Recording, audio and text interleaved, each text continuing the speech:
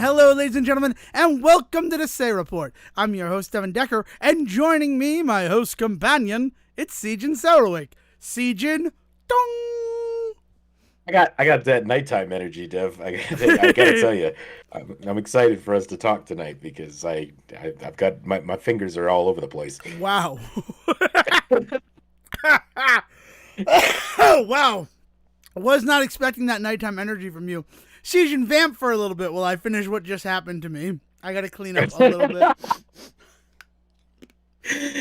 Yeah, this is what happens when we record at night, man. This is gonna be the bit now. We apologize for last week. I guess I should put that out there. We hate doing what we had to do in the middle of Brendan Fraser History Month, but we do love that we are able to still give you some new content to listen to. And so I hope you guys enjoyed our discussion on the classic film. We like to leave them out of time and space, so this is going to be a nice little bit for anybody that listens along. But in the future, you may not know what episode we're referring to. Yeah, that's an interesting way to put it. Yeah, no, but if you can listen to my voice, I definitely sound more like myself. I even put myself to the test by doing acoustic karaoke last night, and that's always a good time. And then subsequently hacked up a lung on air. Well, that was because you made me laugh mid-drink with your midnight, at the midnight energy, coming off Sejohn. Is that midnight special? So welcome back to Brendan Fraser History Month. Thank you very much for allowing me to self-care and release that time capsule episode. And thank you to everybody who has come up and told me thank you for recording that episode. No fewer than 3 people thanked me for our Barnyard episode. So, yeah, you're welcome. I was happy to do it. But now we're back at Brendan Fraser. I discovered that there's a contingency of people that really thought that movie was a fever dream, is what I've discovered. And no, if it was a collective one, which, to be fair, is probably something that's happened at least once in our terrible millennial lives. I believe it's called Shazam, and it stars Sinbad.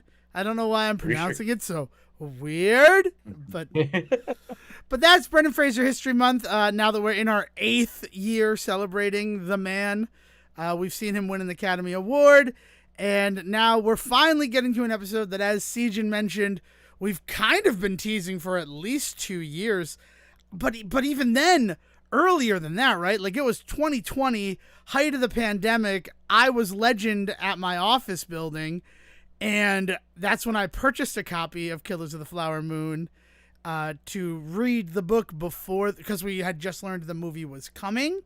And I did not get very far into that book, is the spoiler of the episode. I got through a good amount of it, but it reads like a textbook, and that is not what I was looking for at the time. I will be completely honest with everyone assembled, and most especially you, Sejohn. No, it is cold hard facts, and we're going to definitely talk more about the book later, because some feelings that I had as somebody that championed that book and championed the idea of that movie, and how I feel now that we're on the other end of that. But as I said, that's stuff for later in the episode. Yes, exactly, because the world still keeps a turning even as we glance back into the history of Brendan Fraser and his career. And there's some other stuff that we need to talk about.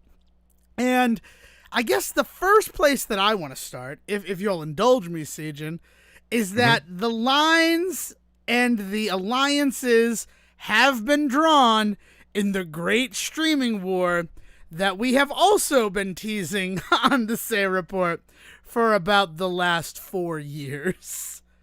Yeah, no, I think you and I both have some streaming stuff to talk about today. So, but for sure, this is the bigger story. This is the macro story that's shaping the whole atmosphere of streaming right now. Yeah, yeah, it's pretty insane. They went and they reinvented cable, which is kind of hilarious. But Disney Plus and Max, so Warner Brothers and Disney Studios, have joined together in an alliance to offer a bundle that will include Disney Plus, Hulu, and Max. I think it's hilarious that we have to still refer to Disney Plus and Hulu as two separate entities, even though at this point we know they're the same guy just wearing a different shirt. Well, and so part of this move is feeling more and more like that, right? I Yeah. think that's the next thing, right? I do say I don't want to get too far away from your little comparison to cable because you're obviously not the only one making that, right? Yeah. And I think there is definitely a fair conversation to be had with that.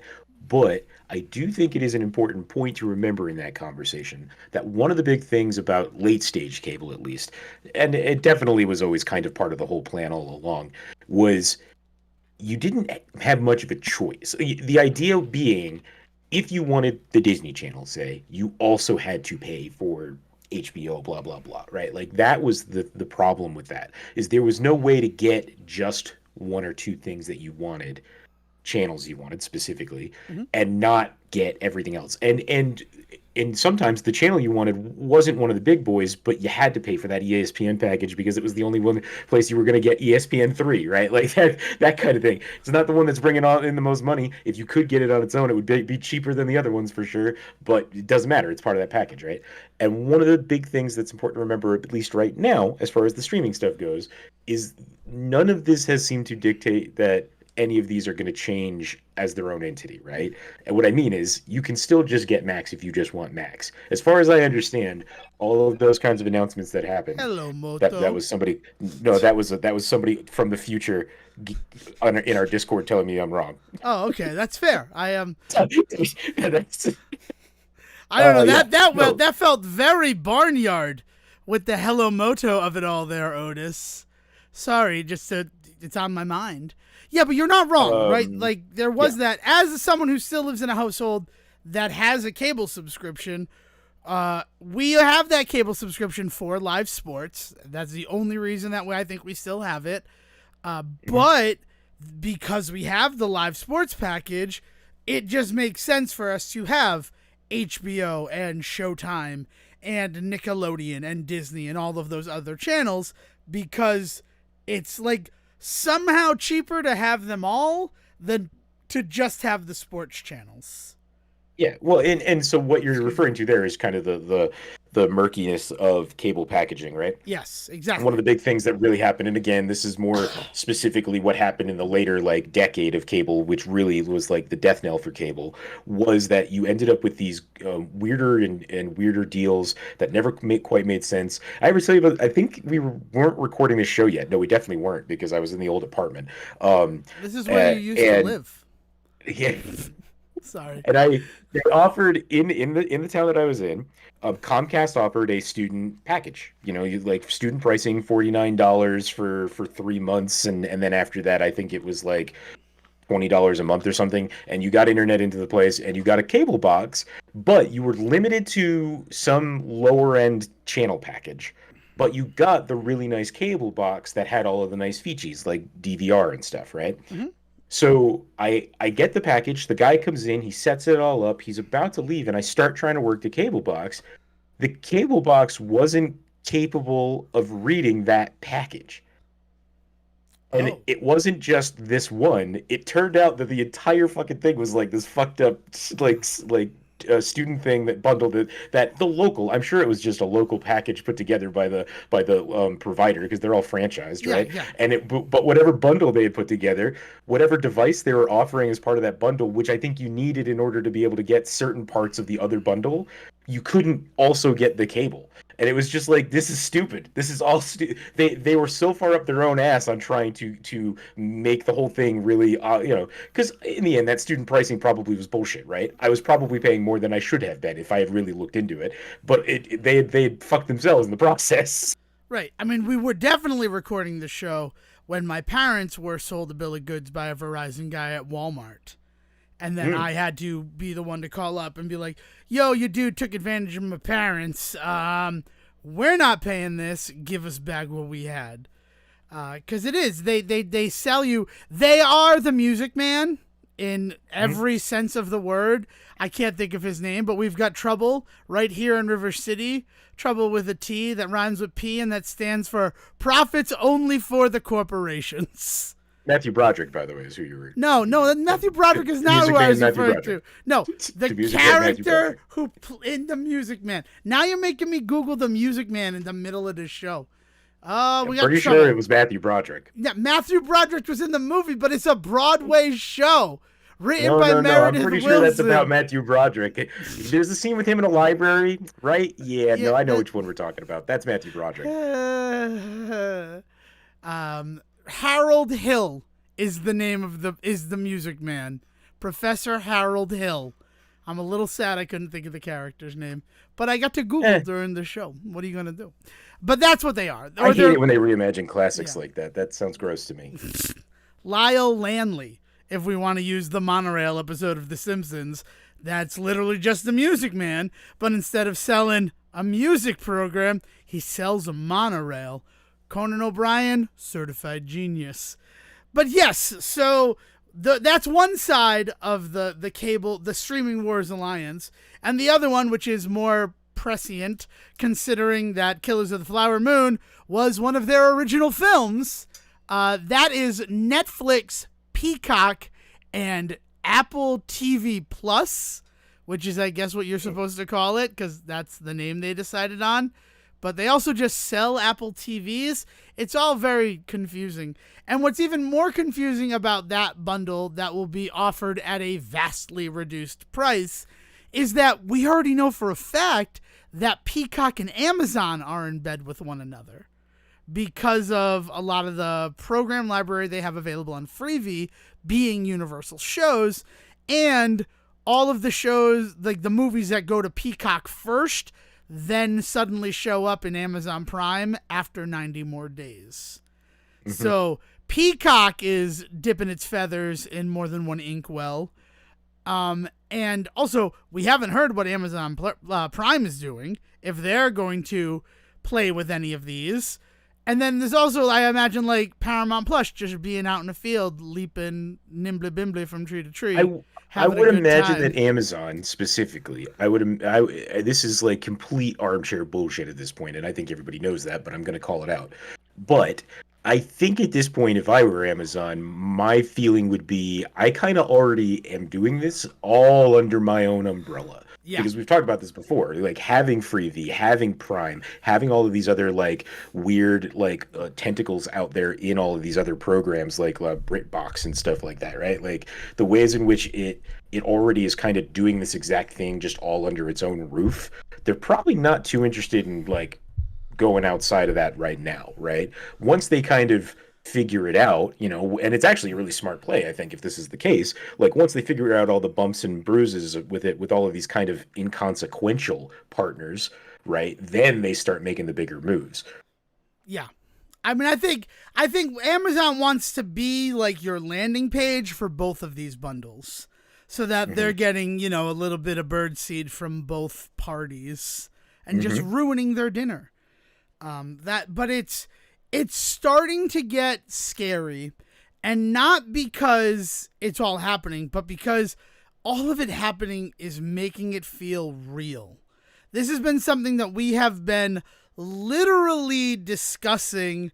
It wasn't about if, it was about when, since a lot of these like third wave streaming services came to be.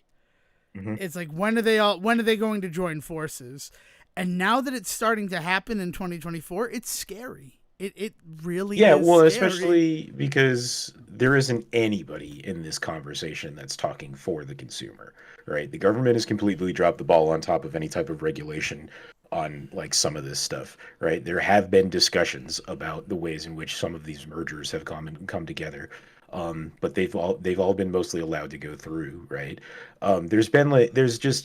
There's no advocacy groups that you hear out there like reporting on any of this. There isn't anybody really complaining about it too much. I mean, we're not even really complaining so much as just like we're just like, we have no control over it. We're just reporting on that it's happening, right? Yeah. I mean, like at the end of the day, like it's the thing that is really sad about this is that there doesn't seem to be anybody having any conversation about the customer in any of this. I mean, the furthest discussion that I'm seeing about like where this is bad is someone saying like, oh, they're just reinventing cable, and then one voice in the room saying, oh, they're reinventing cable but without residuals. And that is the scarier thing about it. When you consider the strike that happened last year as a way to combat exactly that. So it's not like that strike just kind of showed them, okay, so these are the things we have to avoid in order to make sure we don't have to pay out residuals. I wouldn't be surprised if the fact that they'll be like doing business under some bundle banner means that none of the players would get extra money from it. Whereas, well, or not everybody, right? Right. Like somebody, it's like maybe not 100% of them, but maybe like there's a good 5 to 10% that they realized, oh, if we bundle this, we can actually change the rules a bit in these particular contracts, right? I would not venture to say that some of the bigger names in that fight with the Screen Actors Guild and the Writers Guild didn't have some pretty smart people on hand to make sure things like this didn't screw them. But unfortunately, I don't know. You'd like to think with it all being under the union that everybody got the same representation, but that's not a guarantee, right? That's probably that's a dream, right? So like maybe somebody that did not get the best representation in all of those conversations might very well be getting screwed by this. Yeah. Well, I mean, I'm thinking more like the magician will distract with one thing while doing another, and all of the talks and everything that they promised them that they were now going to receive to end the strike. I wouldn't be surprised if some of the language about, but if the doing business with a second or third party, like to stream this stuff, residuals are halved or something like that. Yeah, but this also isn't new to the concept of streaming. True. Because think of it from the other direction. The amount of independent streamers, and that's something that I'm going to talk about here in a second after we've wrapped this one up. But the number of independent streamers out there where people have really gotten to kind of kick their shoes off and actually like make some really fantastic stuff because they're not under the banner of these bigger guys.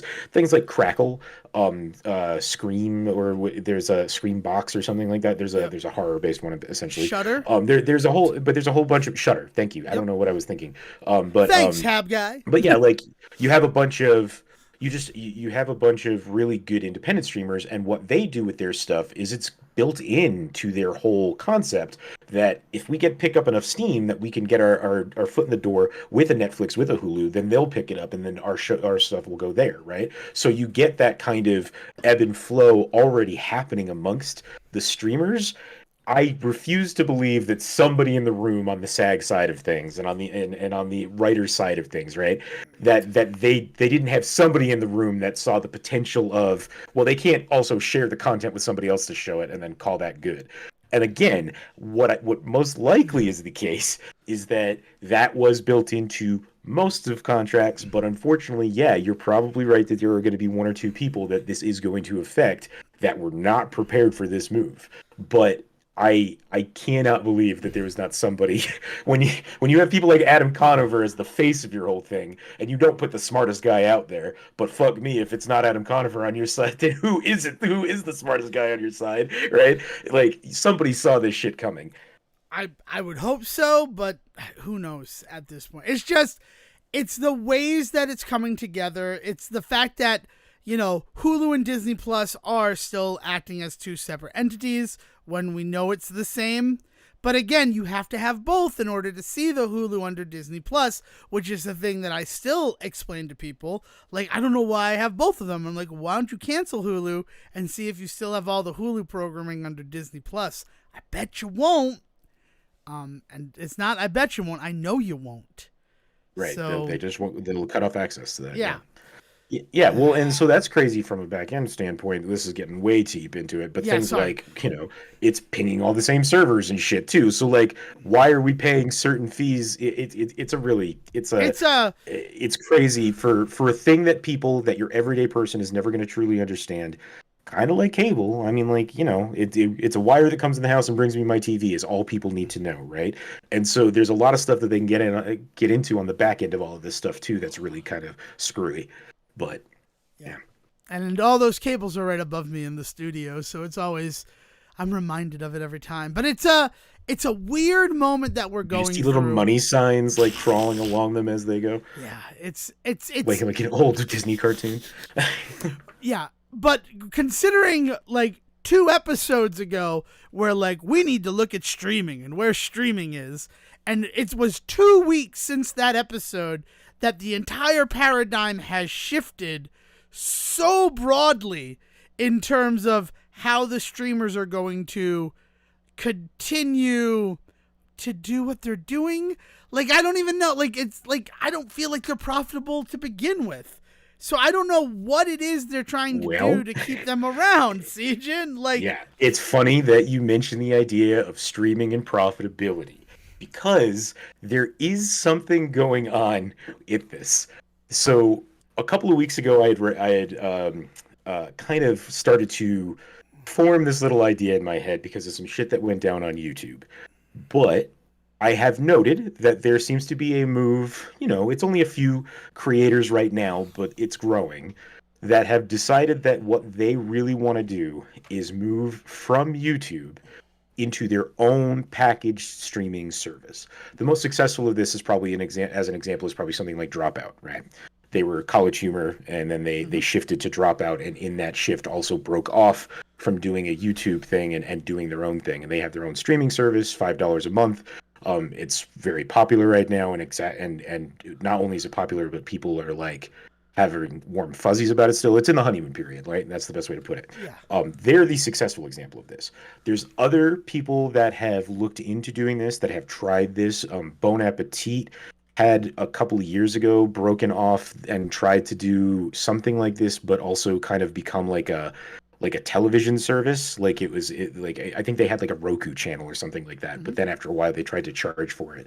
Like there's other YouTubers that have tried this, and there was a really man, it was just one of the biggest belly flops I've ever seen content creators make. Just flat on their face into what they thought was going to be a nice soft pillow, but it was just like cement. Like, so BuzzFeed back during COVID breaks down, right? Just kind of, it's one of those things that quietly kind of fell apart during that 5 years when nobody was really paying attention because the world was going to shit. And in that, you had a bunch of little channels on YouTube kind of break off. The tasty food stuff comes from BuzzFeed. There was a couple of fashion shows I think that had broken off from BuzzFeed and stuff like that. Some of them go to like podcasting, and you have a lot of really interesting podcasts that pop up that are just like basically versions of the stuff you could have been watching on YouTube 2 years ago. But one of the groups that breaks off forms a smaller group after a couple of years called Watcher. And this is Ryan and Shane are the two are the big Ryan Bagara and Shane. I can't think of Shane's last name right now. It's killing me. But they're the two kind of faces of the whole thing. And Steve Lim is kind of the money and like the business guy behind it. He also had a couple of things on YouTube that he was known for, as a face in front of the camera, but he was doing a lot more behind the camera at BuzzFeed. And so when they broke off, he becomes the behind the camera man for this company, right? And these three grow this company over the last couple of years on YouTube still, doing all sorts of stuff. You may have seen suggestions for something like Puppet History. That's one of their big shows. There's another one that they did that was Dish of Your Dreams or something like that, or As You Dish or something, and it's all about them putting together like crazy recipes for famous people and things like that, right? Like they had kind of the YouTube concept down, and they were really kind of doing their thing and being really successful. And apparently grew a lot over the years. A couple of dozen employees started really picking up on the ad revenue side of things, and that's where things start to break down for them, is they really start to feel this stranglehold with the ad revenue stuff. Plus this year, quietly, kind of when nobody was looking, again because nobody pays attention when YouTube does anything, the revenue rules changed for a lot of streamers in terms of ad drops and like listen points and things like that. So basically YouTube analytics becomes really important, because it used to be you have so many listeners, watchers, eyes, views, whatever you want to call them, on your video on YouTube. This is what it was pre this year. And so that number to them were views, and those were sent to advertisers to then bid on, who was going to pay this much for what, because if these people are getting a million views, let's do it. However, what YouTube shifted to this year was sending full analytical packages that included how far in certain people listen, who skips the ads, how many people are listening but it's muted, or how many people are clicking on it versus how many people are just having it autoplay, which means they may not actually be watching TV, it's just playing, right? So all of this suddenly is now sent to advertisers and wasn't before. And for a lot of creators, that becomes a huge problem. Now, they were kind of fighting against it, and so I'm not sure how much those rules stuck or didn't stick, and how much of it was overblown by certain creators that were out there, but it was something that was talked about quite a bit at the beginning of the year. Interestingly, not something that was really focused on, because that was also when you had a lot of creators suddenly saying, I think I need to step away from this platform. I don't none of the creators that left, none of the creators that have decided to dial back have come out and said that the reason that they did it was because YouTube was getting really weird with the ad revenue stuff. But considering the timing of everything, it almost feels like a last straw Yeah, situation, well, there's right? smoke, there's fire, definitely. Like I get, So yeah, Watcher, who has grown in popularity and has this fan base, they do a ghost hunting show that is also super huge, to the point where they had the old BuzzFeed version of it was actually bought by Hulu at one point and was on Hulu. So like a weird connection there, right? But they decide, look, we've got enough fans here, we've got enough content, we've got enough ideas for more content. Let's do this thing. They've also mentioned in some aftermath of this that there was also this idea that with the ways that the rules were changing at YouTube and the way that the landscape was shifting, they might have to start firing people. And rather than do that, they took this bigger gamble to take the entire thing private and off of YouTube. And they were going to start their own service. They got an entire like streaming service set up. They did a big drop for it about a month ago at this point, and they talked about it. They put out this huge video about why they were quote unquote leaving YouTube. I put quotes around that because pretty quickly the entire landscape just shifts underneath these guys. They have to completely backtrack on this in like 3 days. Like it's just days later they put out an apology video and all of this, because they had completely kind of overestimated where their fan base was at in terms of paying for another streaming service. And it was this just huge backlash of just people were just like, I'm sick of this.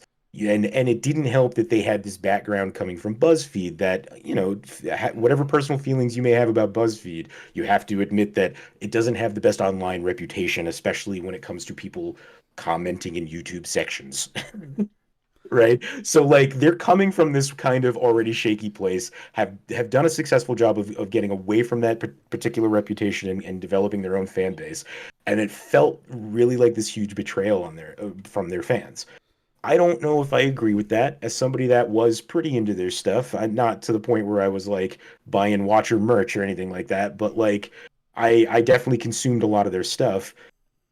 I don't know if I necessarily felt so betrayed by this idea. Again, I support things like Dropout, and part of what Dropout did really well, though, that I think works, just to make, because I already brought the comparison up, is that Dropout did leave a ton of content on YouTube and continues to drop sparsely content on YouTube in order to draw people to Dropout. There's an entire like plan that they have of dropping first episodes of seasons and previews and special episodes, and also Sam Reich, who runs Dropout, is a huge YouTube Shorts presence and things like that. So like they still work with YouTube. So in a way it feels more, it felt gentler, I guess would be the best way to put it. Whereas like these guys were talking about like cold turkey, just like leaving YouTube because they were just kind of upset with the way things were going, right? And now in this nebulous state of they are starting the streaming service, but they're also going to try and maintain YouTube in some way. And like it's this really weird move, right? But they saw that that other people were doing it. They saw that these other channels were making this shift to just going basically, it's like an artist going to Patreon saying, I want you guys to just support me directly, right? We're starting this entire company and we're going to run it from the ground up. And like other YouTubers in the past have had to do side gigs to get by as well. And I don't mean get by, but like like they've had to, the revenue from YouTube does not necessarily support the lifestyle they like to show on camera, and that is entirely their own fault, right? But you have guys like Logan Paul, who has openly talked about the ways in which people thinks he makes so much money off of YouTube. He does make millions, but he does not make billions like some people purport. What he does then do is have a bunch of other companies that he then has where he makes more money doing that than he does YouTube. But he keeps up the YouTube presence because that's what sells those other companies, right? So it pays back for itself, not in cash, but in reputation, right? And like that's kind of what more and more and more of these YouTubers are realizing is that more and more money is being taken from them from YouTube, and they're finding themselves on these like top 10 lists of quote unquote rich YouTubers, or like, you know, the most extravagant like people, because all they do is like record a podcast, you know, 1 hour a day, but put it up on YouTube and like get ad revenue. And they're like, we don't actually make as much money as everybody thinks we do off of this, but that pressure on them is making them realize like, fuck that, like all of that money could be coming directly to me. And so one of the big places that they're going is into this independent streaming market. And it's really wild watching this shift right now, because on the larger scale, the conversation about all of this stuff coming together, a la cable packages, and for some people, that's not necessarily a bad thing. The idea that they can get their bill down to one bill to cover a bunch of stuff at once, maybe it may spend a little less money, it seems, not realizing on the back end that that might mean lower quality, right? In terms of of customer care and stuff, and content. I do not believe for a second that any of these bundles that we are seeing will offer an ad-free tier. Right. Like you are getting ads, you're getting all three of these services, but you're also going to get ads. There's no way. I mean, one of the reasons why I don't have ESPN Plus is because the bundle that gives you Hulu, Disney Plus, and ESPN Plus, even though it is the exact same amount of money that I pay right now, I would have commercials on all three of them. And I don't want commercials. I don't. Right. I'm sorry. I don't. And like, yeah, so then this bigger picture thing, though, becomes this idea of how much bullshit are you willing to put up with in order to have the convenience of the one bill, the convenience of the smaller one bill, right? And like that's the big fight right now in streaming is how can we get people back to that, because that's what everybody is missing. And so you're seeing that on the smaller scale where you can't get anybody else to break in anymore. We're not going to get any more independent streaming stuff because people are sick of paying bits and pieces for all this stuff. It's wild to me because the conversation 20 years ago with cable was I would rather pay a little bit for this and a little bit for that so that I could get exactly the channels I want. And that's what we've had now. And now everybody's complaining that that's too much because now they have to keep track of it all. And sometimes it costs a little bit more than they expected or want, or things. And it's just like, okay, so it's an ebb and a flow, and it's a pendulum swing, and we are swinging back towards cable. And in 20 years, I guarantee you the conversation's going to be, man, I wish we could break these up a little bit. Yeah, I wish I had options again. And that's the thing. The secret of this whole process and the way that the corporations are taking advantage of their consumers is we're never truly happy with what we're getting. We'll always find something to complain about. So right now it's all spread out. Like if only I could pay one price, and then it will be, man, if only I could pick and choose. So they're just pitting us against ourselves and our own like deep desire to find a problem that needs solving while laughing all the way to the bank. And I have to ask you, freeze me and wake me up in 2 generations. Like that's all I need. Just put me in the ice and then wake me up in about 30 years. I will say, as I have been interacting with people more, I am really finding it interesting to learn the streaming services that people do and do not have. He had like 2 huge conversations about, currently I have Disney Plus because I'm watching X-Men, and then once that's done, I think I might just go without for a little bit. Like, it's been a really interesting look to see, because then, like, invariably, I get to be the asshole who's like, well, I have them all, but I feel like I need them for, like, my job, right? For what I'm doing right here, I feel like I need to have all of the streaming services to keep my fingers on all of the various pulses. and be able to have an informed opinion on everything. Heck, briefly I signed up for the ad tier level of Netflix once they introduced that, so I could see how horrible that was. And I know that like that's going in with bias, but when you read the difference between like the top tier of Netflix and the bottom, we're going to show you ads on Netflix tier, on paper, it was just an awful thing that they were giving you. And I'm like, is it watchable? Yeah. And it really wasn't. Like no. Like, like 720 in friggin' 2022? No. Why would I want to pay for that? Yeah, it's going to be more stable, but this stuff is being shot in 4K to be broadcast 4K. You're like downscaling it, and you could tell, guys. Yeah. Well, and it's interesting that you talk about like the ways that people do the rotation out there. I will say out here in Mormon country, it is a necessity to have Disney Plus. If you want to make it in any conversation with any other parent out here, you need to have Disney Plus. Right. It's all anybody ever talks about at work. It's all anybody ever talks about when we're at parties. Disney Plus is like, and it's, mostly it's because it is a babysitter out here for a lot of families.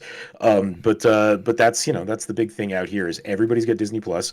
There is like one family that has Netflix, and they're like the house that everybody then goes to watch the Netflix movies. But then other than that, nobody really has Netflix out here. It's pretty much nobody.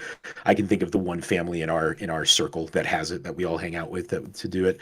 Then there's nobody has Hulu. It's just not something out here that people do, apparently. Nobody has Peacock. Nobody has Paramount Plus that I can think of. One person has Paramount Plus because he's a big Star Trek guy. But like generally, like the way that it goes is everybody's got Disney.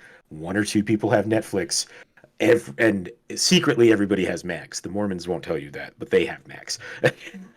Well, and we know that because we can see after 10 o'clock at night, after all the kiddos go to bed and everybody out here is watching Game of Thrones, you can see the TV. I could practically walk down my street and just catch an episode as I walk the dogs. And the crazy thing there, right? So that's like secret unlock why Disney would get into bed with Max, is the fact that we know that most of the parents have both of them already. So if we offer them this way to alleviate that bill, but you're going to have ads, though. Is that okay that you got ads? Well, the other big thing about those two is long game thinking about the family concept, right? Yeah. Is that you have Disney Plus because it houses all of the Disney movies you ever need. And then you have Max because it's going to cover everything else. Everything comes to HBO when it first comes out of theaters eventually, if it doesn't go to Disney, right? Like HBO ends up with every animated movie for at least a couple of weeks. So like there's this idea that you're kind of covering all your bases with those two, right? Yeah. It's why it's a scary alliance to see. And it's why the other alliance... It's a smart one? Yeah. And the other alliance is like, we just heard people were making alliances, so we all got in the same car. It's like, yeah. And then Sony is like looming behind them, ready to eat their corpses when they get killed in this mess. Right. I mean, right now, Sony and Paramount Plus are dancing in a field, and Paramount Plus is like, I'd like a drink. And Sony's like, why don't you keep dancing, though? And we'll get you a drink later. That maybe. I just picture Sony as just No Face from Spirited Away, just coming in and just eating, just gluttonously eating everything. I mean, if they were allowed to do that, they definitely would. I mean, think about their connections already to like Netflix and Warner Brothers with something like Ron's Gone Wrong, and how that was like, we're gonna double release to both of these platforms. Streaming is just, it's kind of exhausting to think about. And I think that's the With last that being said, let's talk about a streaming movie. Let's talk about a streaming movie. Let's talk about, before we go any further though, here's your reminder that if you are one of those people that still has Netflix, Madam Web just came to Netflix this past Tuesday. What was it? May 14th. I physically shuddered. I just like... Yeah, no, that's why I said it. That's why I wanted to remind people. Yeah. So that's just No, a I thing think what to it know. was the realization that I'm gonna have to try and watch it. I don't know if I'll make it, but No, I'll well, give it a that's try. fine. Yeah, that's you do what you have to do, my friend. But yes, now that we've talked about streaming again, I thought we'd talk about other things, and I'm sure we will before the next Brendan Fraser segment of our following episode. Let's talk about Killers of the Flower Moon, Sejohn. A movie that I will admit I saw like back in January, whenever it first became available. It was right after Echo, because I watched Echo on Disney Plus, and then I watched Killers of the Flower Moon, and it was like, oh wow, look, a lot of the same actors. Oh look, that's because they're kind of in the same area of the country. Oh look, the native stories are having a moment, and Mm-hmm. I'm all here for that. Like, I don't mind, but that doesn't bother me at all. But I also know that there is a contingency of voices on the internet who are quite upset about it and don't understand why. Yeah, I don't know. Yeah. There's not much we could do to Yeah, no, there's like we're not get here rid to of solve assholes that like that. problem. Like we're not gonna But sit here and that would solve like those jackasses' problems. but I want to make sure that everyone knows I'm not that jackass. It was just one of those moments where I think watching Echo, and I really enjoyed Echo before Killers of the Flower Moon, was a disservice to myself because I was comparing two very different types of entertainment to one another simply because they took place in the same geographic location. Yeah, Like I will say there is something to be yeah. said about the ways that both of them were both received and both on some hands beloved and on other hands criticized for this exact thing, right? Yeah. I will put it this way. I I get the impression you're feeling a little squirrely and happy to talk about some things with this movie. Maybe perhaps because of the ways in which Scorsese decides to approach some things in this movie that feel they Yeah. feel like they could be exploitive in moments, don't they? Like, was I weird in feeling that? Not I'm the entire thing. I don't feel like that's like I don't feel like he was like ignorant to what he was doing at all. I think he was very acutely aware of the things he was doing. There was just definitely still some moments where I was just like, and yeah, a lot of this also is going to come from the fact that like I had expectations coming in because of the yeah. book. Expectations I tried to ignore, but I still had them, right? I can't deny that. I'm gonna put on I'm working on a Truman Capote voice. I'm gonna put on that Truman Capote voice for a moment. It might be terrible because I've only been working and toying with it for about a If it's the week most now. offensive thing that happens this episode, I'll be surprised. Go ahead. Oh, that's so kind of you, Sejohn. I bless your heart. This is the moment where I would like to remind everyone that Killers of the Flower Moon is based on a true crime novel, much like my own novel, In Cold Blood, which some say created the genre. And that's something that you have to remember as you watch this movie that just kind of feels like another basic Martin Scorsese gangster film, but set in the Wild West of the early 1900s. Thank you. Yeah. Great. Now just say that in the funny voice now. Oh, fuck! But yeah, that is yeah. yeah, that's I the don't know. thing about it is I'm gonna give just a little bit of my thoughts on Martin Scorsese before we go further, and this is gonna be brief. I promise that this is not gonna be my doctoral thesis on Scorsese. Basically, my favorite Martin Scorsese film is probably Silence, and I don't think anybody was expecting me to say those words just now. But that movie is another 3-hour long movie, but I felt like I sat down in the cinema and then the film was over. That movie really struck a chord with me. And I guess like May 2024 is Devon talking about his experience with religion, and that is what Silence is. And prior to that, and this is because I haven't seen a lot of Martin Scorsese films, I will admit that freely from the beginning. I definitely have some lapses in his filmography. As Zach, feel free to throw a Dunkin' Donuts cup at me next time we see each other, because I know that he has watched through it at least twice. But prior to seeing Silence, I'd probably say my favorite Scorsese film was The Departed.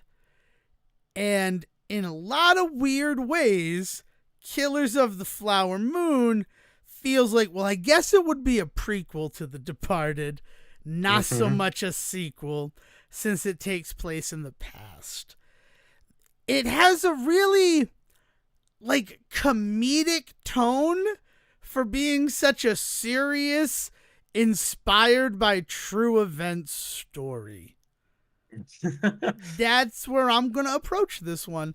And the other thing I'm going to say is, when I watched it it was like January, February, I watched it as the 3.5 hour epic that it is. I sat down, no interruptions, did the whole thing. Today, to watch it again, I got a little derailed.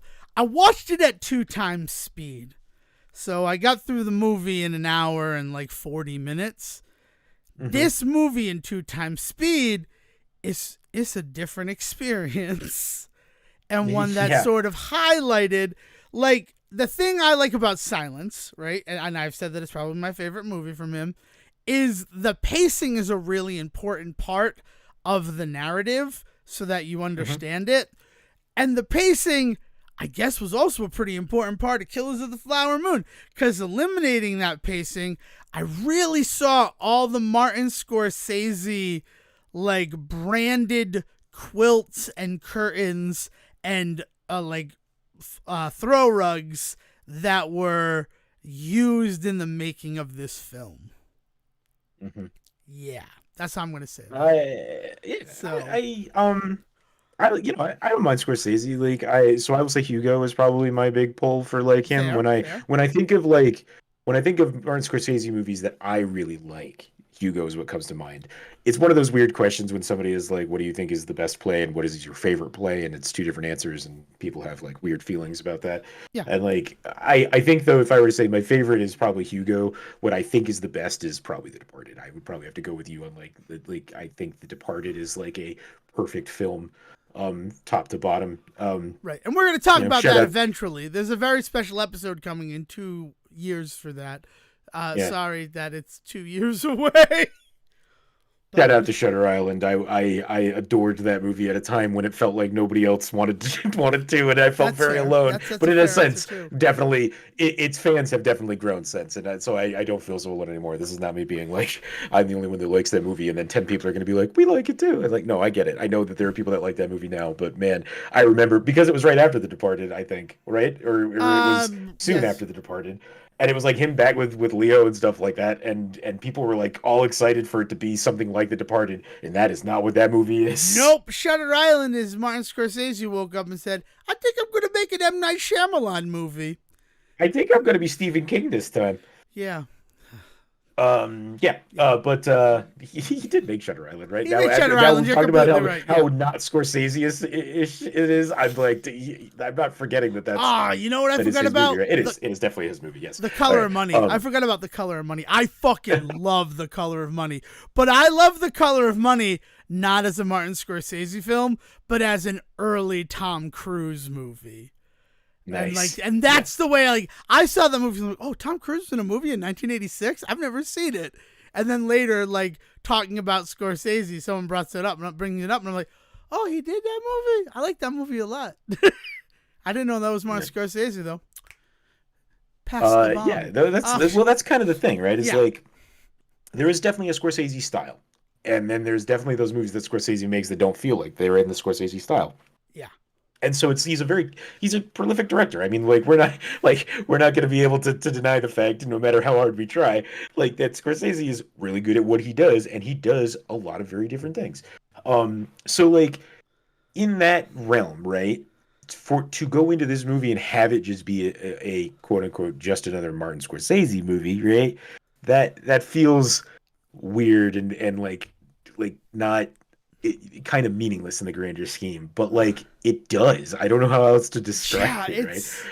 It's not The Irishman. Now, The Irishman was a film that I didn't really jive with. I'll say that. I liked some of the performances, but the narrative overall was trudging along, and I didn't really care at any point with The Irishman. But The Irishman, felt less like a Martin Scorsese film than Killers of the Flower Moon. To me, that's my opinion there. But it's just, it's the things that he falls back on. It is the fact that a story that, granted, I mean, like the Killers of the Flower Moon, the book, you correct me if I'm wrong here, it's kind of how the Federal Bureau of Investigations got started, right? That's, I think, literally the subtitle of that book. Like, yeah, so yeah. So like yeah, that's yeah. like the story. So like it's definitely not just the story of the Osage people in a lot of ways, right? There is definitely some other perspectives that emerge from that book, but this movie is like most certainly not the Osage story. It is about the white people who took advantage of them. Yeah. Like in that, like Lily Gladstone did an amazing job as Molly. I can't deny that, but she is a prop in so many ways. And like, it's so gross to say that. But like most of the movie, she is laid up in bed because, spoilers for Killers of the Flower Moon, her husband, who I believe does legitimately love her and is also being taken advantage of by stronger, smarter familial relations in his life, is poisoning her with the insulin he has been told is necessary to save her life. Right. Like, and so here's where I'm going to put kind of myself, right? Please do. I can't speak to the ways that people feel that they were well represented or not in this movie. Lily Gladstone's been getting a ton of praise for this role, and that's awesome. And I think well deserved. Like, she's phenomenal, right? And so, like, I cannot say yes or no, and will not be able to be the one to say, oh, this movie does a good job or a poor job, like, doing that, right? But what I will say is, as somebody that came at it from the book and knowing the story and watching it and seeing just this exact thing about this, the ways in which Ernest is portrayed in this film, it does such a disservice to the memory of everybody that he hurt, murdered, like killed, like that it does such a disservice to make him such a tragic figure in this film. What the book does, since we already have seen the movie and we kind of know where this is going, also the movie it does not go to any lengths to hide this. I can talk about what the big twist is in the book if you read the book. Ernest is definitely put on trial throughout all of this, but he is very much throughout the entire kind of initial investigations of this, because it is told from the aspect of like we get some background on the history of the Osage and how they get this money with all of the oil and stuff, but then it goes into the FBI starts to come together, and one of the first big things that they do is they send somebody out here to investigate this, and through those investigations they discover that Ernest is involved in some of this, but the big catch is Hale, right? Like, Hale is the one that's really the big thing, right? The twist of the whole book is the realization that certain people in the story, specifically his brother, their Boyd, what's the Byron. The brother Byron is kind of levied as kind of this really evil figure in the book, and really is the one that's really pushing a lot of the more dangerous stuff and the more violent stuff. But things just don't quite work for everything. Byron can't possibly be responsible for every bit of it. And the big reveal that the writer of the book discovers in looking back over everything is that it had to have been Ernest. And it becomes this whole thing that blows the whole thing open, that they didn't just kill one or two people and get this, because they really only kind of got what Byron had done. There was all of this stuff that Ernest had done as well, and Hale had done, that really kind of made it this huge. It took it from they killed a few people in order to get money to like full-blown, they were running that town conspiracy. And that comes from that investigation and that reveal in that moment. And they go to Jesse Plemons there, the character that he plays is the actual FBI officer. Tom White. There's this like going back to him with this information and stuff and corroborating things and all this. Like, it's this whole back half of this book. So when they first said that this was the movie they were making, I'm like, oh, and this phenomenal moment towards the end where everything shifts and you realize. And then I had found out Leo is the one playing Ernest, and I was like, oh, that's gonna be great, because you play him as this like hapless guy, basically the guy that you see in this movie, you see him as in this story, right? But then you realize at the end what a true fucking asshole he is, and so he becomes the big bad, and it's this huge turn for Leonardo DiCaprio to go from this like hapless guy who loved his wife who was just caught in this family conspiracy thing to suddenly being one of the masterminds behind it. It's just this wild ass like realization. And then when I found out they were changing it so that you knew that the whole time, I was like, I don't. There's no. What's the big drama then of that, other than just watching this man be horrible to his wife for 3 hours? And when we were watching the movie, it's all I felt for 3 hours. I just couldn't get past that. And again, so as I said before, I understand this is coming from somebody that like because I was so anticipating the book and then heard all this stuff about what they were doing, I had not prepared myself for a good time. And I unfortunately, because of that, could not get past that bit. As I was just watching this movie for 3 hours, knowing, yeah, he's a bad guy. Yep, he's a worse guy. Yep, just getting worse the whole time. And then, like, also kind of trying to understand this, like, vision that I'm supposed to have of him of being pushed around. Because let's get to the big guy. Let's get the reason that we are here. Let's get to the coffee is for closers moment that we get to see Brendan Fraser have when he is like, has his hand on Leonardo DiCaprio's shoulder, and he's just like, "Do you want your uncle to die?" Like that whole moment that he gets to have in this movie. Yeah. And I'm supposed to feel bad for Leo in this moment? Like the movie is trying to make me feel like, oh, the poor guy's getting manipulated again. Like, is that what I'm supposed to feel? I don't think it is. Maybe it is. I don't know. No. It's just. All right, the only moment where you feel like DiCaprio is getting manipulated, quotes around that, right? But that is, and it's all about the cinematography in the moment too, which is also kind of sad. It's not the performance from DiCaprio, but it is the way that it is shot, the editing, the lighting, everything about it is when he is with the FBI and they're interrogating him.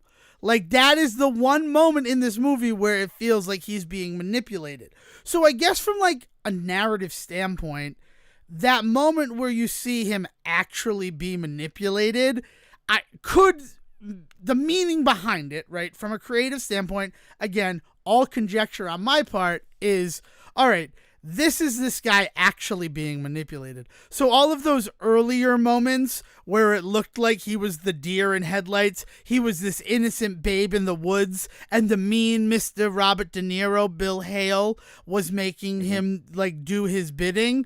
Like all of those moments were fucking fake. Because now we see what it would actually look like if he were being manipulated by somebody who is as intelligent, if not smarter than him. But that doesn't land in any way, shape, or form because it's like weird cuts and editing and like I'm feeling just as unsettled in the moment as like he is. So I'm not even beginning to think of what the subtext of that scene might be. And that, like the whole, he is never present. It's like if Forrest Gump was freaking Ernest Burkhart and not some like scary mastermind. Though I mean, he's not a mastermind. Hale definitely is the mastermind. I don't want to overplay like Ernest in the book. I do think there is a level of which he is an idiot that is pushed around, that is manipulated, and all of that. It's this idea that he was so in love with his wife, and that's so clear in all these other moments. And it even led to the point where the FBI didn't even really find out how deep in it he truly was. And then because of Ernest being this kind of weird, like kind of moment where they don't dig much deeper than as deep as they should, Hale gets away with a bunch of stuff. Hale uses Ernest and his stupidity as basically a shield, right? So Hale gets kind of caught up in it, but at that point the trail ends there because it's just written off as Hale's the idiot. As Ernest. Ernest is the idiot. Ernest is just kind of the Byron's the evil one, and then Ernest is the hapless like relative trying to just keep the family together.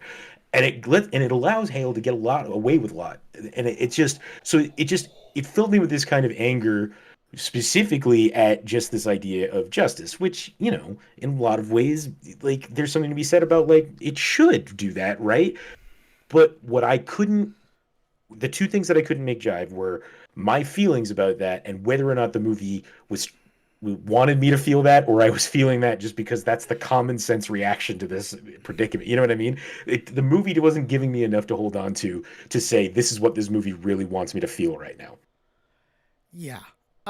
So the moment for me about this film, jumping right to the end of it, is when he's finally going to testify against his uncle, and then he's in the room alone with his wife Molly, and she's like, "What were you giving me?"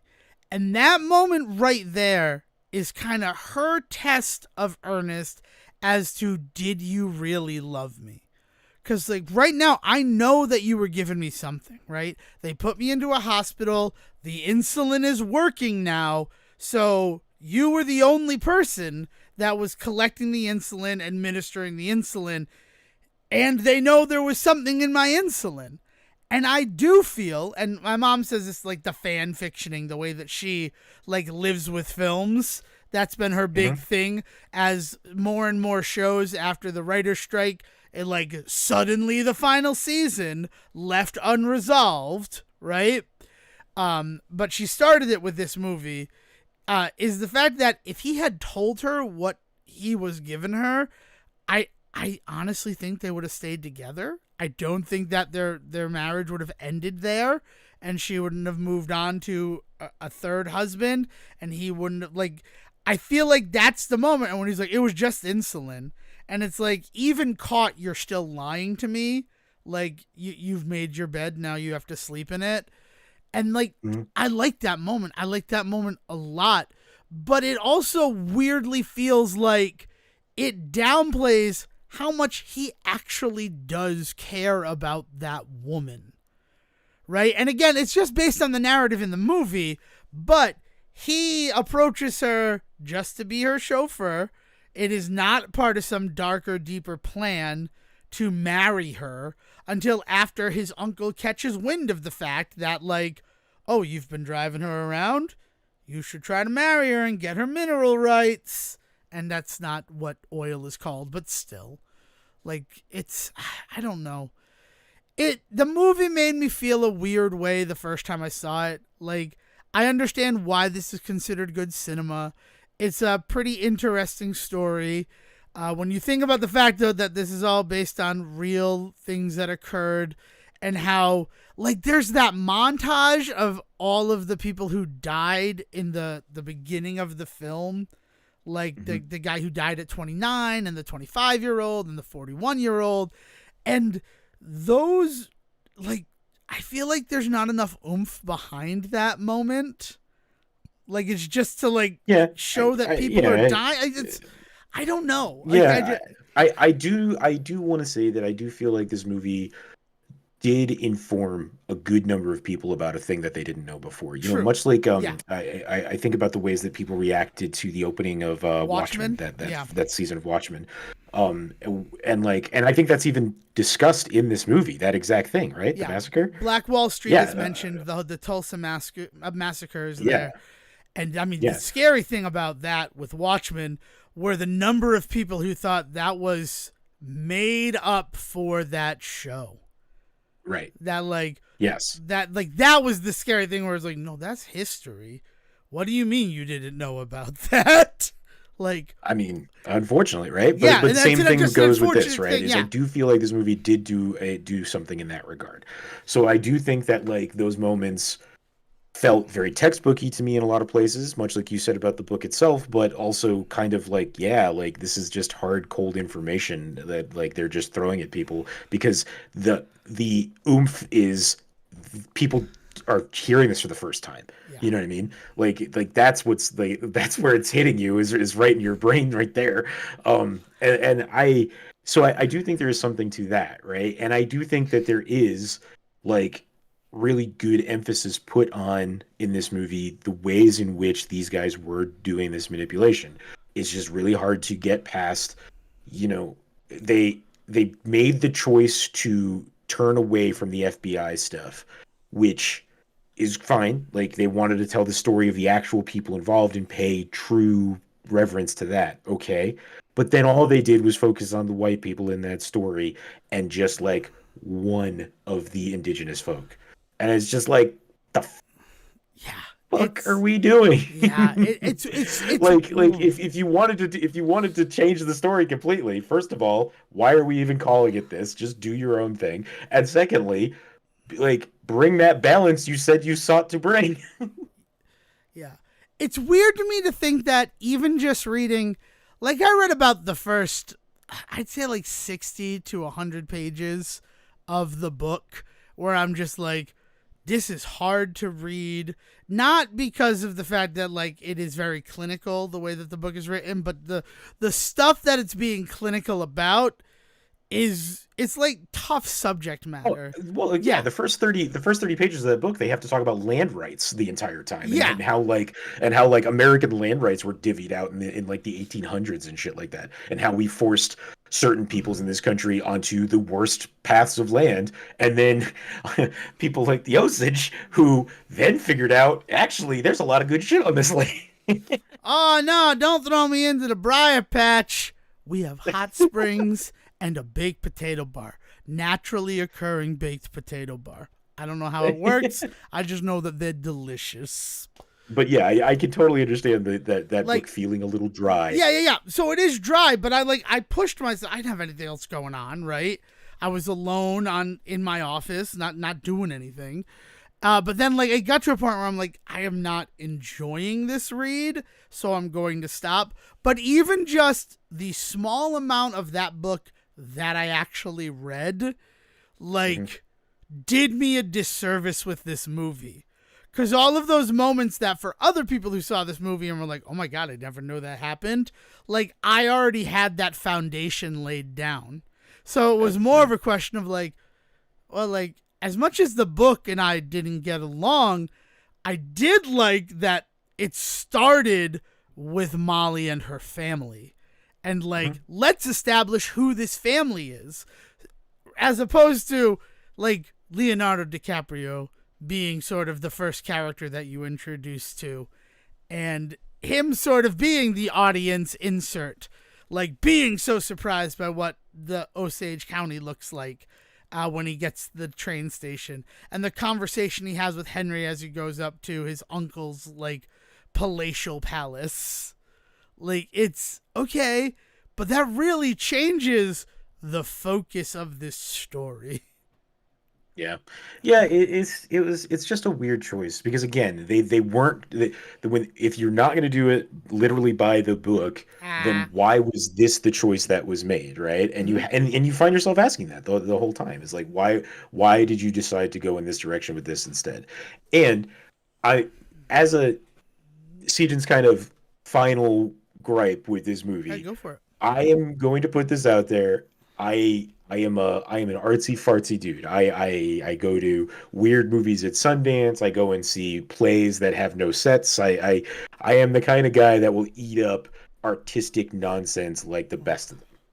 I do not understand why Martin Scorsese ends up in this movie. Yeah, it kind of ruins the film for me. In the Like, last, can you? Is there at least a justification? Like, what is it supposed to mean? I couldn't even figure out what it was supposed to mean. well, I mean, it is that whole sequence. Like, I was kind of into it when it started. So, with 3 hours and 13 minutes into this film, it cuts away to Lucky Strike Presents, and it is a radio program that is being recorded. This is for the audience. I know that you understand this, Sejan. And rather than the end of this movie be a bunch of screens telling us what happened to the characters, a la, I'm going to say National Lampoon's Animal House. I know that other movies have used it. It's a trope for a reason. But rather than freeze frame, here's what happened to this character, they decide, oh, we're going to imagine that this whole movie that you've just watched is like a radio program that you're listening to in the 1960s, where like TV exists, but it's not necessarily as prevalent as it is today. And on the one hand, first of all, I do audio, right? We're talking about it on a podcast right now. So like all the Foley work and the way that they show how those old school radio programs were produced and recorded, like that stuff. Did they go and find one that actually existed? Because I'm having a hard time believing when conceptually the whole point of this movie, the whole point of the book, the whole point of this story right now is that we didn't talk about this. Right. That is the like spine of this, the existence of this thing.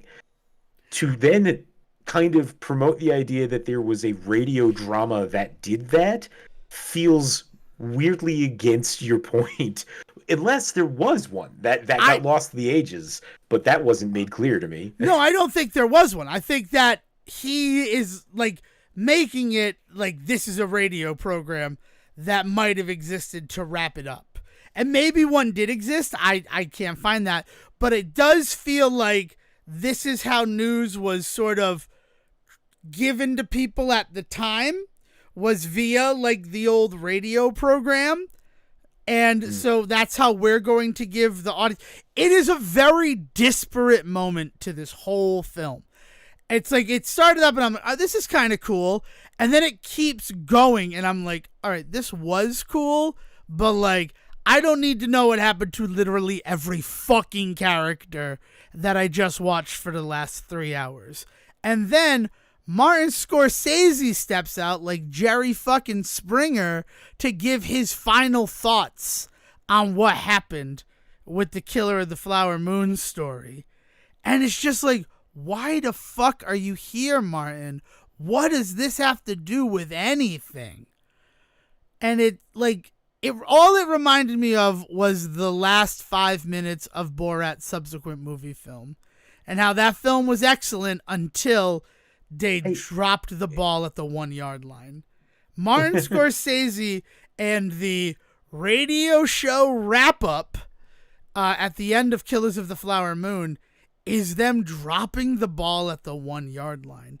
The wild thing is all I can think is if they had really stuck to making it in a more docudrama style, a la like the book, how much better that ending would actually fit in. Like, because the ending of that book is the writer inserting themselves into the story for important reasons, because they figure something out in the case files that nobody else did, and they're able to wrap up a few loose ends, and they're able to bring some peace to some people and explain some things in a way that they weren't earlier. So, but the last quarter, the last fifth of that book, the writer is then themselves a character in the story that's unfolding. They stop writing in the past tense and they begin writing in the present tense, essentially, right? Mm-hmm. And so then making the filmed version of that, the creator of that film then stepping in and inserting themselves, and so that you can get to see them a little bit. And in that case, it helps you kind of recognize the bias of the person writing it, right? Like, or the person making that film, which is good. Like, you should, as an artist, you should want your audiences to understand your bias so they can understand you better and what you're trying to say, right? And so like this idea that like self-inserting himself in that concept of a film actually works really nicely for me. But that's not what they do with the movie. By turning it into this dramatic retelling from this other character's point of view, they kind of lose that grounding for that kind of self-insert at the end. All right. So here it is. Here's what I can find. And these are IMDb trivia. Anyone can contribute there, but I'm going to read them, and also not in the order that they appear. Martin Scorsese pointed out that there is a subtle temporal shift during the radio scene in which the radio announcer begins to narrate events that would have happened later than the period in which the scene is set, such as William Hale's death in 1962, making clear that it is really the modern-day audience who is being addressed.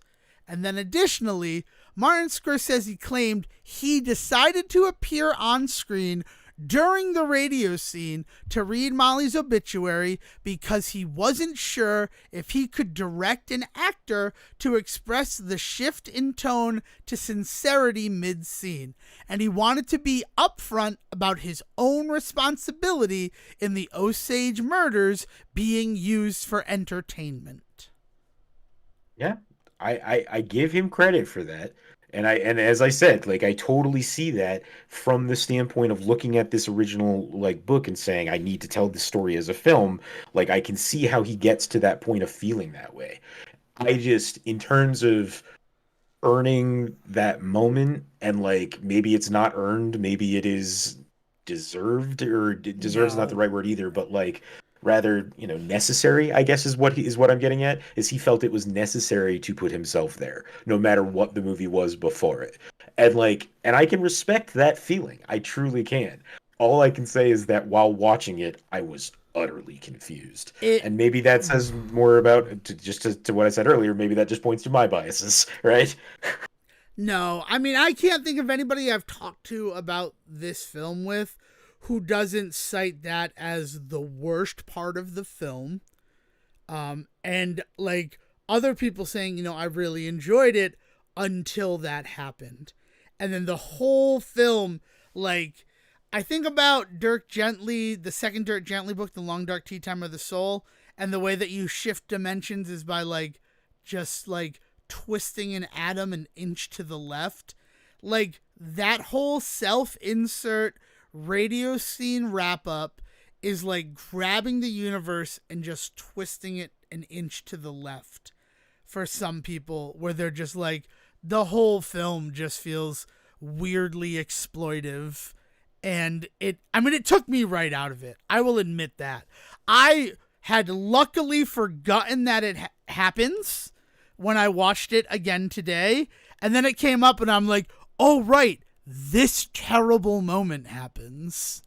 Because I agree with all of this. I do want to make it clear that I love that this movie exists. I love the recognition it's got. I love all the conversations that have been able to come off of it. I might not love what this movie is on print. When I watch it, there are definitely complaints clearly that I have about this movie. But I have always said on this show, and will always say, that I am a big fan of us getting the representation out there for these kinds of conversations to happen, because too often artists afraid of these kinds of receptions and these kinds of conversations happening don't put the stuff out there, and then nothing gets made, right? So like I do love that this is a film that is out there and that it was made by one of the most prolific directors of our time. I I cannot wait for 10, 15 years from now when somebody else takes another crack at this story, or if there's like a really good documentary that comes out eventually about it or something like that. Like I really, really, really want to see somebody, give me the Netflix, 10 episode miniseries or 3 episode docu-series on this. Like I am down and ready to see that. Yeah.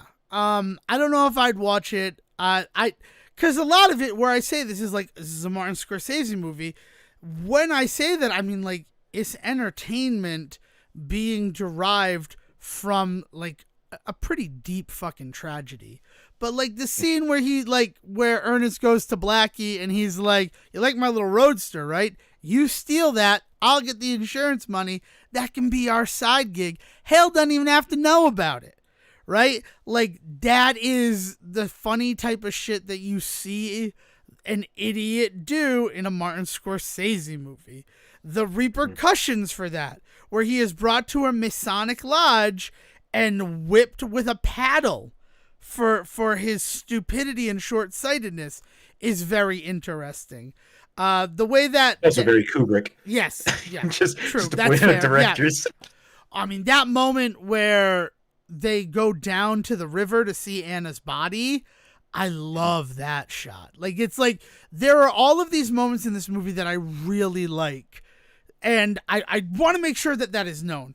But the radio scene, even as somebody who I love how they're showing all the Foley work, like opening a beer bottle, clinking glasses together, scribbling on the slate so it sounds like he's writing, the typing for the obituary on an old typewriter.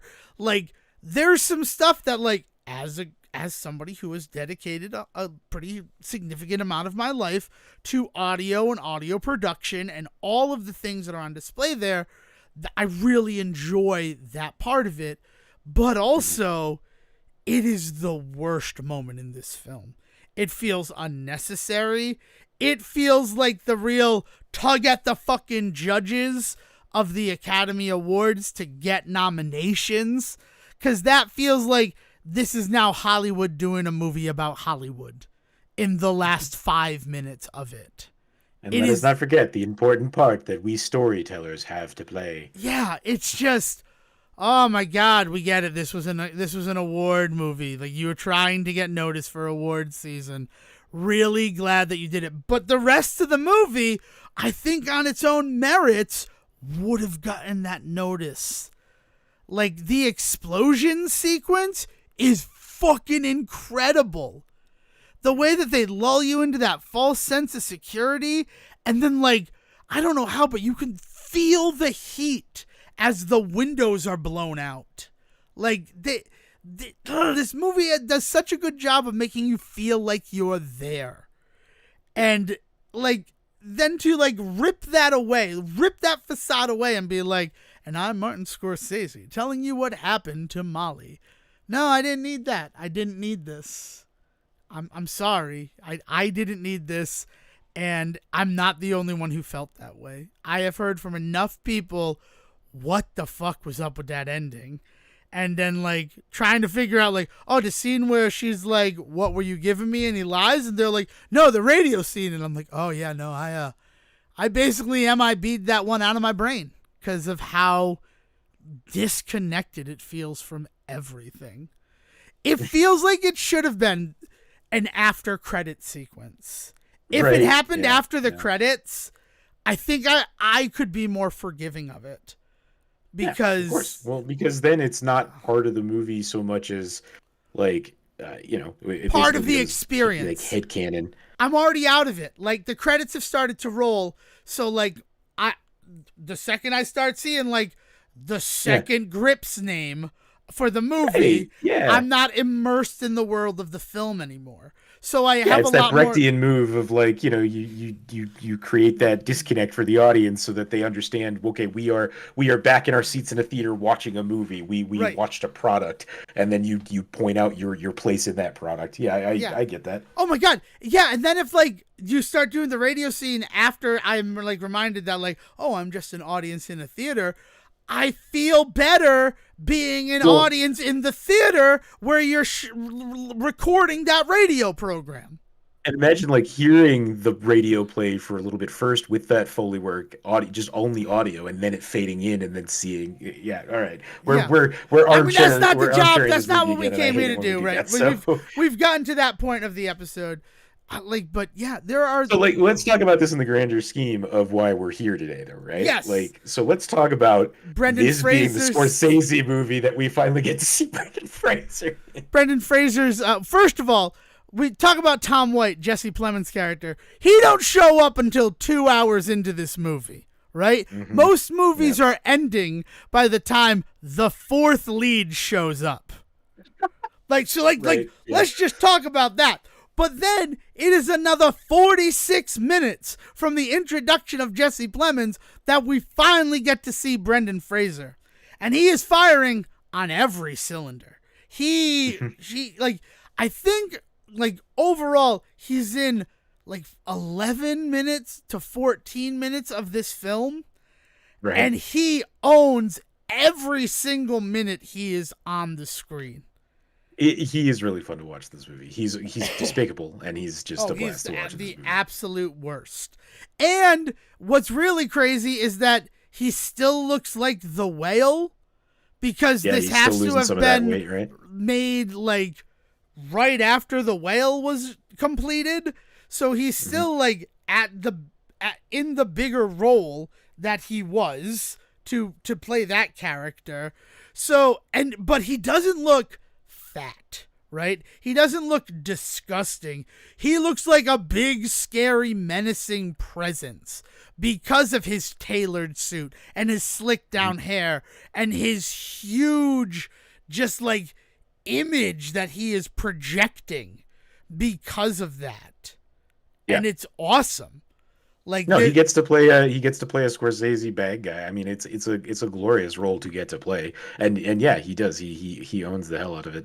He really is. He was a lot of fun to watch, and I'm not kidding. When I said earlier, like, rewatching that scene of him doing the whole interrogation with Ernest in front of the whole family, and him saying to him like, "This is what you're gonna say. You were tortured," and Ernest is like not getting it, right? Like that whole moment for me, as short as it is comparatively, all I could think the entire time was watching fucking Baldwin for that one scene that he shows up in, and he does coffees for closers in Glengarrick and Glen Ross, Yeah. right? Yeah, yeah. Like all I could think of was that moment in this fucking mammoth story. Yeah, it was just it was good acting. It was watching good acting on display. It was awesome. Yeah. I mean, it's like that reminder of why we do this every May. Like, it's not just... I got the other reminder of why we do it every May with the fact that The Mummy celebrated its 25th anniversary, and that is like secrets unlocked. That's why May is Brendan Fraser History Month, is because of The Mummy. And we've already talked about the decade of cinema he was working on prior to The Mummy coming out in 1999, but like, there's the reason that it's in May. But additionally, the fact that Brendan Fraser, who most people for our generation think of as the caveman from Encino Man or George of the Jungle. Yeah, yup, see, Jungle, right? Like, those are the jump tos. Or Rick in the Mummy movies. Though, you know, the way that franchise went, I think it's debatable how much he stays in the public consciousness just because of that movie. But it is, and I love him. But like, that is him doing that acting that we have always known that he was capable of in that moment as Hamilton. And he is despicable, and he owns it. And oh my God, the prosecutor is John Lithgow. And yeah. I don't think I'd ever be like John Lithgow who, but John Lithgow who, compared to what Brendan Fraser is bringing to the table in that courtroom scene. And the scene afterwards. I mean, I love Lithgow, and I love seeing a good like John Lithgow like appearance like out of nowhere. Was not expecting it the first time I saw this movie, and there he was, right? That kind of thing. I will say that for anybody that's been watching the HBO Perry Mason reboot, he's basically playing the role he plays on that. Yeah, which is synergy, right? HBO Max loves that. No, God, the Perry Mason. Oh, I have to watch season 2 still. I haven't touched it. But the first season of Perry Mason was incredible. But yeah, so dark. But yes, yeah, very, very good. But yeah, I mean, that's it. I mean, Brendan Fraser is in such a small percentage of this film, but he owns it, and like owns it enough that even though it's just a grain of Fraser, which is not the term, right? It's a grain of Sandler, which makes sense. It's like a frame of Fraser. There we go. I think I brought it back together. Okay, I'll give you that. Yeah. He's very, very good. A fragment of Fraser? A fragment of Fraser. All I know is that I'm excited for Killers of the Flower Moon 2, where Dwayne "The Rock" Johnson comes in and plays that role. Plays that racist when lawyer. He's Leonardo DiCaprio's lawyer in the sequel. It's a buddy comedy. Kevin Hart will also be there. So I do want to like acknowledge right what this is for us here and watching it with Brendan Fraser in mind, where this fits into things. You mentioned already, like, this is the big movie he does after The Whale. Like, this is it, right? This is the string of stuff, right? He's got a successful TV show out that then leads to an Oscar-winning lead in a movie. He gets to do in a Martin Scorsese film after that, and like, despite the ways in which we've talked about this movie today, a rather successful one, right? Like, oh yeah, no, like, it is nominated for a bunch of awards. I will say this though, rewatching this film, I still haven't seen Poor Things, and without like saying anything negative about the performance that Lily Gladstone gives in this movie, I understand why she didn't win the award she was nominated for. Against somebody who had more agency in their film. Right? Yeah. Like Emma Stone for Poor Things ends up winning. I think it's like Best Actress award, right? And she is literally like the driving force of that movie. Unfortunately, Lily Gladstone, for all of the beautiful acting that is on display in this film, she is such just like a living prop in so many ways, which is, it's a disservice, not just to her as an actor, but to the film, right? to I make. think she definitely has some moments in this movie. I do, yeah. It's hard because Well, see, again, from the ways in which she has spoken about what the experience of making this movie was, and from the ways that some people have come off of this, I don't want to downplay that, right? right. And so in that regard, I think that there was some really good work done. But yeah, it's hard to watch this movie and not look at the fact that they definitely just made another Leonardo DiCaprio Martin Scorsese film. Mm-hmm. Sejohn, the featured scene at the Oscars when they're like Lily Gladstone was Leonardo DiCaprio being like your Indian medicine. Ooh, like what is she doing in that scene? The scene that's supposed to showcase why she got nominated for this is another Leonardo DiCaprio scene. Yeah. Like that I'm just trying to highlight like the disparate nature of what this adaptation of like an indigenous people's story truly is. And honestly, it wasn't something that really became unlocked in my mind until my second viewing for this episode. Just like how little agency the actual like victims of these murders have in this piece. Yep. It's sorry. Like that is the big thing that came from it. But also to go back to the Brendan Fraser of it all, since it is Brendan Fraser History Month, like he was also used to sell this movie in like an ultimate Sejohn's Gambit thing, considering he doesn't show up until the last half hour of this movie. Yeah. Like discounting the credits. Like Academy Award winner Brendan Fraser. And it's like, oh, okay.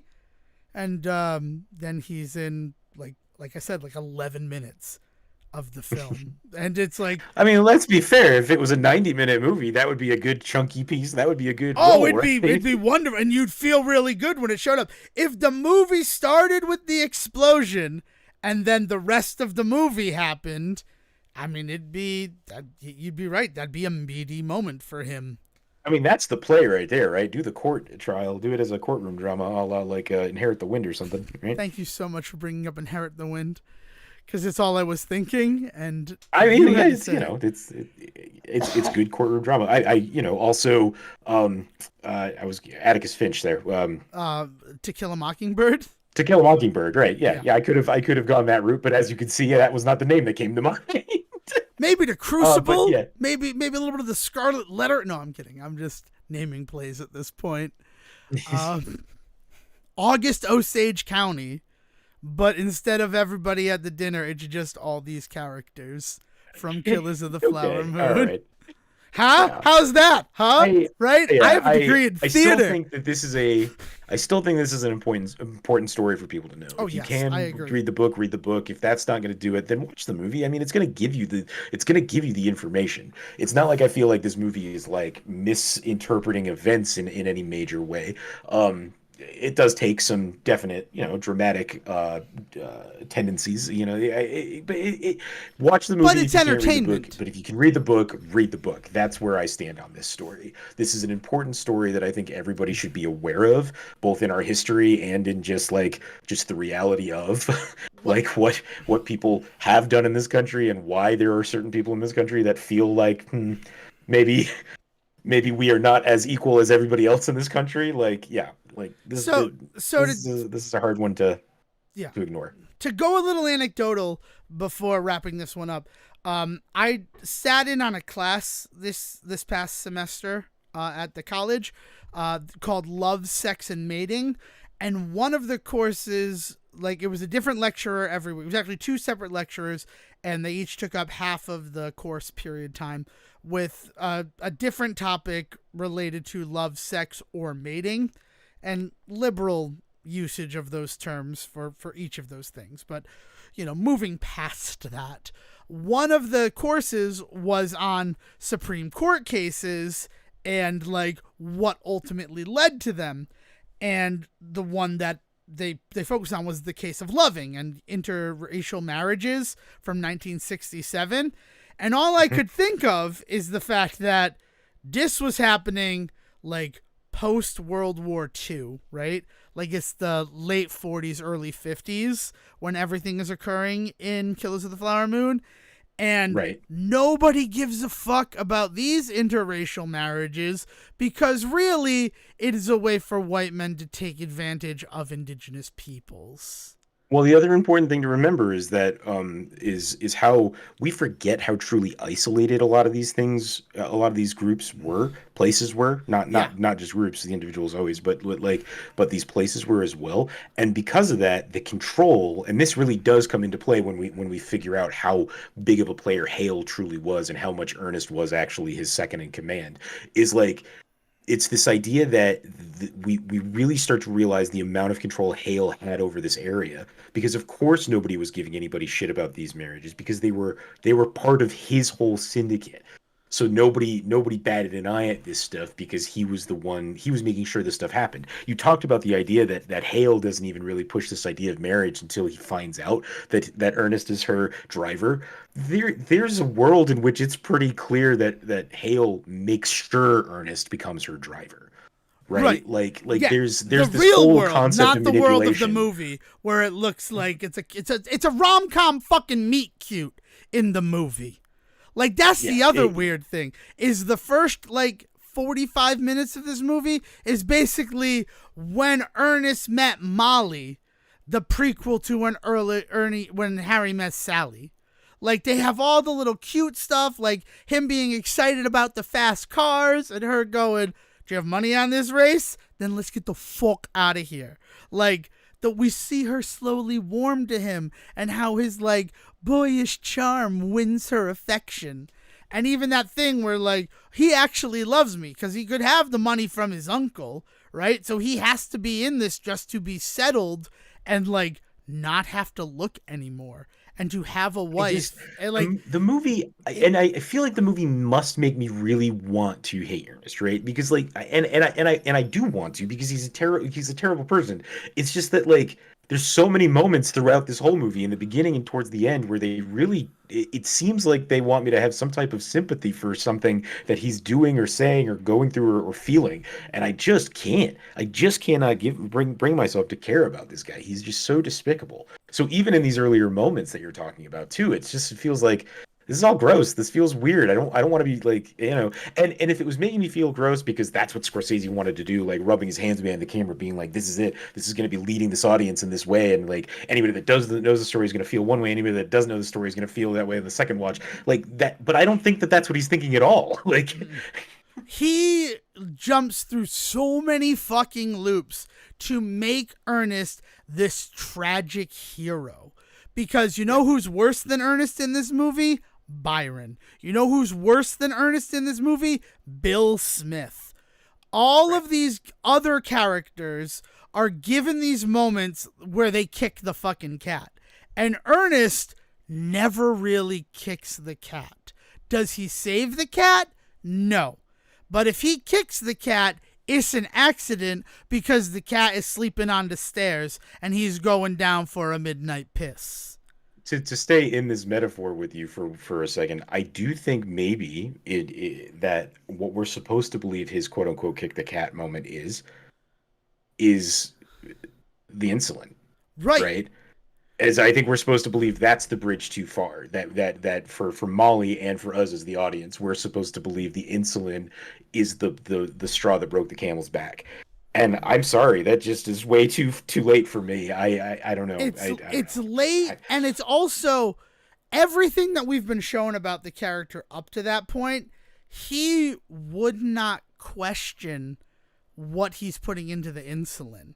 That moment where he takes the little bit of it and drops it into his drink, to see how it affects him, it feels like up until that moment, just based on the narrative that is being fed to us by the film, right? If I'm going to take everything presented to me at face value, he was told by doctors that needed to be added to the insulin in order to help her heal, right?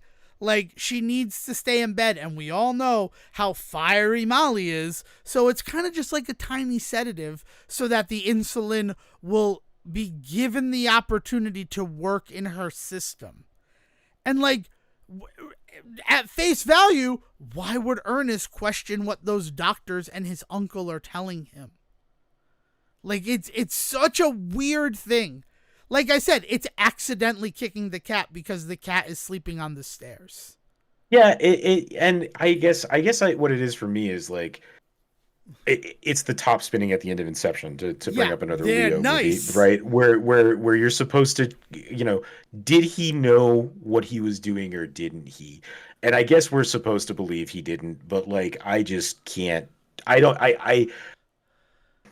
I'm kind of getting to the end of my rope talking about this movie. That's fine. That's completely fine. It's just, no, but if you're going to bring up the insulin, it's like, if that's supposed to be that, it's poorly, like, represented in the script and in the visuals that were shown. Like, it's, like, there's, you know what? There's no cartoonish skull and crossbones on that tiny vial. There's nothing to indicate to us how poisonous what he's adding to the insulin is. And that's like where it's like, so he doesn't know because we don't know, right? How can we expect him to know? It's not glowing or anything. It's just like, it's such a weird moment. And then again, for it to be that like final kicker where she's like, what were you giving me? And he's like, I was just giving you insulin. Like, on some level, I don't know if he even understands what he was giving her. Like, I guess if I'm trying to give the movie its due, I think what it is this idea that he doesn't know what it is. So in that, he has plausible deniability when she asks that question, but he willingly took that plausible deniability. Like, right. He was given that vial by doctors, and in that moment he should have said, what is this going to do, blah blah blah, but he chose to remain ignorant so that he didn't have to feel bad about doing a bad thing, right? And I think that's what we're supposed to believe overall, so that in that moment when he says that, it is both the truth and a lie when he says it was just insulin, because as far as the knowledge goes, he only knew it was insulin, but his wisdom goes much deeper than that. Nice. He was fully aware it was more than insulin. He just was smart enough to not ask. Right. Yeah. It would, but as an audience member, it would hit differently if one of the Sejohn brothers was like, and make sure you add this morphine to the insulin. That'll just slow her down and give the insulin time to work in her body. And, like, he don't know what fucking morphine is, right? Or whatever the fuck they tell him it is. But at home, I know, don't be doing that, Leonardo DiCaprio. That's how you kill your wife slowly. Right. Yeah, it's weird that we're supposed to go in one direction with that. Maybe it's just not clear to me, and it's hard for me to go down that path, knowing, the aftermath of all of this and the understanding that he is just this awful guy. Yeah, exactly. And you know what it is the fact that there's so many moments in this movie where they refuse to show or tell you, and then they have the fucking radio scene where it's all just fucking, we're talking right to you, the audience, to make sure you understand. That's why it bothers me. That's why the radio scene... It makes me want to go back to other Scorsese movies and try and figure out if I was supposed to be rooting for different people. Like, was Matt Damon actually the hero of The Departed? Was I not supposed to, like, the catharsis I felt at the end of that movie when Wahlberg, just spoilers alert, when Wahlberg comes in and fucking American Psychos him, like, I just, like, I genuinely love the end of that movie. I think it is one of the most beautiful moments because you have this huge feeling of just anger and disgust that this guy is going to get away with this. And then that moment happens and you're just like, yes, fucking yes. Right. And I love that ending of that movie. Yeah, but then Martin Scorsese comes in his rat suit and you're just like, what? I already knew that. No, back to Killers of the Flower Moon. We'll talk about that in a couple of years. But yeah, it's I don't know. This movie it's a strange one. But Brendan Fraser does what Brendan Fraser gonna do, and that is one of the best parts of it overall. Well, Sejohn, do you have anything else to say on the topic of Martin Scorsese's film featuring featuring Academy Award winner Brendan Fraser, Killers of the Flower Moon, before we send this one off? Or tell people what we're doing next episode, which would be more responsible? I just want to take a moment to insert myself here and let you all know that I'm aware of how responsible I am for the content that we just produced. And I think next time, because of how run down we got by the end of this one, I think we need to pick me up, Dev. Yes, so we are going back to 1999 to talk about a film that everybody is excited to hear about, Blast from the Past. Blast from the Past. Blast from the Past. I'm excited. It's 25 years old. It's the 25th anniversary of Blast from the Past. The Dave Foley classic. The Dave Foley, Alicia Silverstone classic. Warm up your Dr. Pepper, folk. Let's do this thing. You say that. I'm going to have warm Dr. Pepper next episode. So get ready to hear those vomit Foley noises. Speaking of Dave Foley, have we done Dave Foley and anything else besides we did my Brain bosses? Candy, buddy. We did do Brain Candy month. for Brendan Fraser. Yeah. That's right. For Brendan Fraser. Right. I was doing an even shorter role than he had this time around. Yeah, I was thinking about My Boss's Daughter as the last Dave Foley film. So start thinking about your new and your borroweds and your blues. Oh, exciting. Oh, man. But yes, so we are going to Blast from the Past as our final entry into the Brendan Fraser History Month time capsule for 2024. That was a weird term to use, but yeah, that's how we're celebrating. And also we're discussing ways on how to continue celebrating Brendan Fraser History Month going forward. And I think that might also be part of it. So if you have any ideas about that, join us in the Discord, share them with us. We'd love to hear from ways you think we could make the celebration of Brendan Fraser History Month even better. And I am going to preempt all of the don't take a self-care episode time. I was very sick. I had no voice on Sunday. Sejohn can attest to it. I'm sorry that we had to do it. But also, it kind of feels like part of Brendan Fraser History Month to have like that 1 week where we just drop the ball. Am I wrong, Sejohn? I'd like to think so, but no, I don't think you are. No, it's happened a couple of times, right? We just shred the whistle, buddy. I don't know. But yeah, so that was Killers of the Flower Moon, and next week it is Blast from the Past. Sejohn, anything before we send this one off to Will to do whatever Will does? Oh, get on the damn skateboard and roll away, you punk. All right, fine. Have a good one, everybody. Will, please take us home. Thank you for listening to the Say Report with your host Devon Decker and Sejohn Serwick. Please follow the guys on Twitter and Facebook by searching for The Say Report, and you can always subscribe on your podcast channel so this is delivered straight to you and you can enjoy it every week. With apologies to your mother, we'll see you next time.